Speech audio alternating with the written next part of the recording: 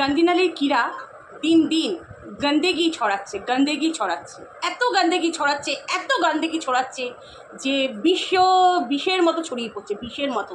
গান্ধীনালীর কীরা, যার কোনো জন্মের ঠিক নেই, জন্মের সার্টিফিকেট আছে কি না সেটাও একটা সন্দেহের বিষয়। বুঝেছেন বন্ধুরা? ইন্টারটা দিয়ে নিই।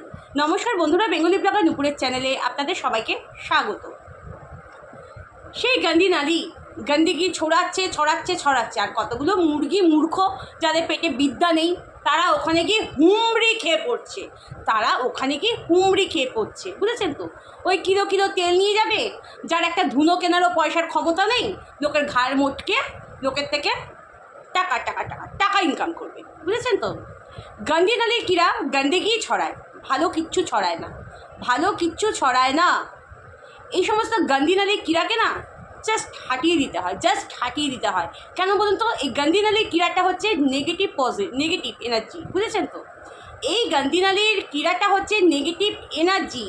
বুঝেছেন তো? নেগেটিভ এনার্জি যত আপনাদের শরীরের মধ্যে ভর করবে না, মানে আপনাদের জ্বালিয়ে পুড়িয়ে শেষ করে দেবে। বুঝেছেন তো? কেননা এই নেগেটিভ এনার্জির জীবনে তো তেমন কোনো সুখ নেই। বুঝেছেন তো? কেননা কোন দুয়ারে জন্মগ্রহণ করেছে, কোন গাড্ডারে জন্মগ্রহণ করেছে তার ঠিক নেই। কতগুলো তার বাপ আছে, কতগুলো মা আছে, তাদের কোনো পরিচয় নেই। বুঝেছেন তো? এরকম হাবার মতো এসে ওয়াইটির মধ্যে উপস্থিত হয়েছে ঈশ্বর নিয়ে বিজনেস করা একদম পরিবার সমেত। বুঝেছেন তো? পরিবার সমেত তাদের বাচ্চাদেরও বাদ রাখে না, সেখানেও মিডিয়ার সামনে বসিয়ে দেয় ভিক্ষা চাইতে বসিয়ে দেয়। এইদিকে বলবে আমি জানি না আমার বাচ্চা কখন এইগুলো করেছে, কিন্তু মা ফেসবুক ইউটিউবে ছড়িয়ে বেড়ায়। এই অসহায় মা তখন ক্যাপশন লেখে এই অসহায়। বলুন তো আপনারা নিজেদের বুকে হাত দিয়ে বলুন, মা বাবা জীবিত থাকাকালীন কখনো বাচ্চারা অসহায় থাকে? একটা মা প্রচুর জীবনে কষ্ট করে, কিন্তু তার নিজের বাচ্চাকে কারোর সামনে হাত পাততে বসিয়ে দেয় না। নিজের বাচ্চাটা নিজে, আর আমার বাচ্চা তো আকাশ থেকে একদম উড়ে এসেছিল, তাই না? অনেকের ফেটে গেছিল, ভালো হয়েছে। ঈশ্বর যদি থাকে, সত্যি যদি ঈশ্বর থাকে, এর বিচার তো হবে। তার জন্য আমাকেও তো জীবিত থাকতে হবে, তাই না? কেননা এই চুড়েল মা, আমি বলেছি মা, এবার তুমি কিছু একটা করো। আমি হয়তো মরেও যেতে পারি, আপনাদের সামনে হয়তো আর নাও আসতে পারি। তো কারা আমার শ্রাদ্ধেতে আসবেন, কারা খাবেন একটু বলবেন, হ্যাঁ? কেননা ওই সৌমিত্রর একটা অগ্রদানী ব্রাহ্মণের একটা সিনেমা দেখেছেন, যে মরে গেলে হচ্ছে পিণ্ড খায়। ওই পিণ্ডটা, ওই মানে আমি মরে গেলে আমার যে পিণ্ড দানটা হবে না, ওই চুড়েলের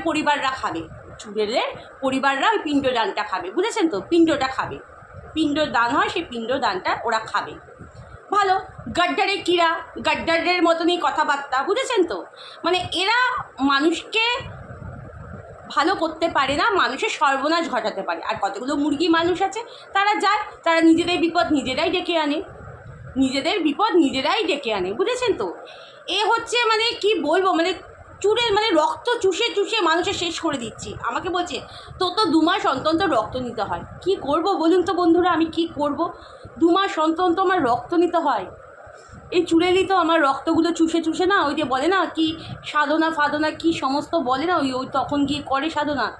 সেই সময় আমার রক্তগুলো না চুষে খায়, জানেন তো বন্ধুরা? সেই সময় রক্তগুলো আমার চুষে একদম পুরো রক্ত পুরো জিরো করে দেয়। বুঝেছেন তো? মানে এমন ধরনের এটা চুড়েল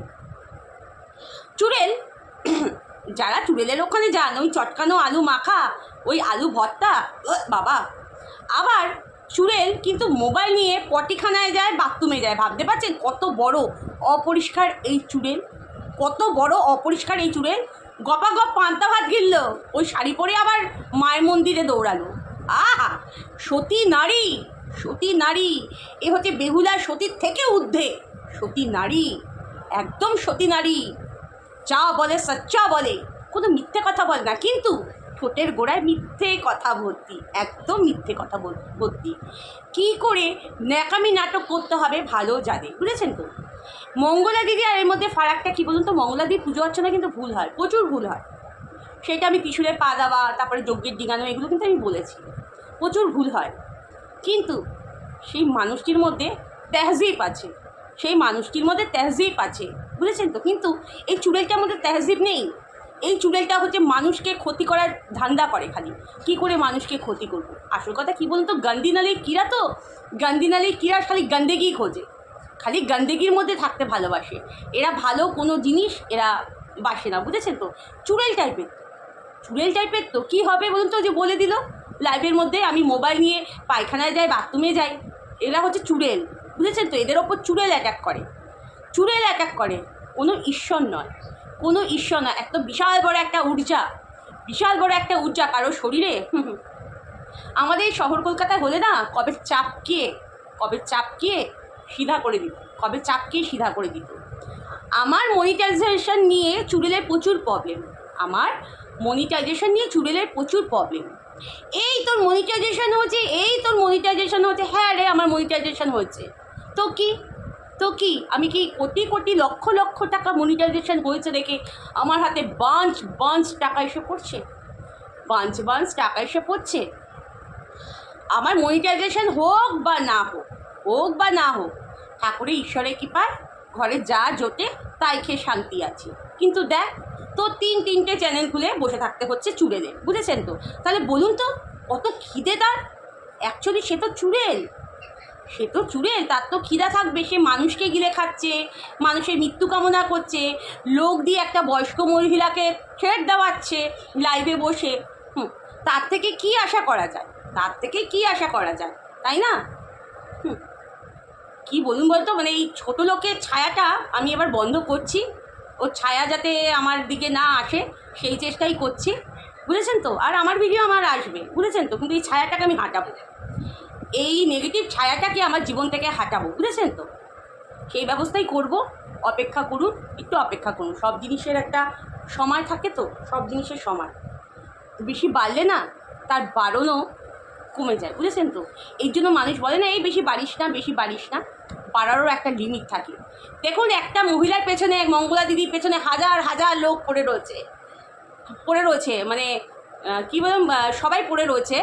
কিন্তু তাদের দলে আবার এক ভণ্ডকেও নিতে হয়েছে, তাদের দলে নিতে হচ্ছে, যে চুড়েল মার্কা, বুঝেছেন তো?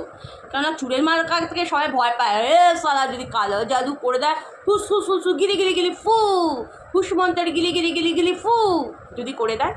কিন্তু একজন দেখুন, এক জায়গায় 1 লক্ষের টিট দাঁড়িয়ে আছে, জিগার আছে মঙ্গলাদির, জিগার। ওহো, সাবাস মঙ্গলাদি, সাবাস। সবাই কত কিছু বলছে, আই ডোন্ট কেয়ার, কিন্তু নিজের লক্ষ্যে, নিজের দিকে এক নাগারে ঠিক আছে। যে আচ্ছা ভুলভাল করে তিনি, সেটা আমি জানি। মানুষ মাত্রই ভুল হয়, সেগুলো আমি তুলে ধরেছি। আর তো বলার জন্য তো প্রচুর লোক আছে, এই ভুল করে সেই ভুল করে। আমি আবার শুধু সেই মানুষটাকে কেন আমি আর বলবো? সবাই তো বলছে। কিন্তু বন্দে মে দম হে, বান্দা তো ছেলে, বন্দি মে দম হে। এইটুকুনি বলার ছিল। যে যেখানে আছো সবাই ভালো থেকো, সুস্থ থেকো। এই চুড়েলের ওখানে নিজেদের জীবনটাকে নষ্ট করো না গিয়ে। যদি যাও তোমাদের জীবন বরবাদ, উঠে ভাত আর পুঁতে খেতে হবে না। এটাই বলবো। দূরে থাকো, এই ভণ্ড থেকে দূরে থাকো। যে যেখানে আছো সবাই ভালো থেকো, সুস্থ থেকো, এই কামনাই করি। নমস্কার।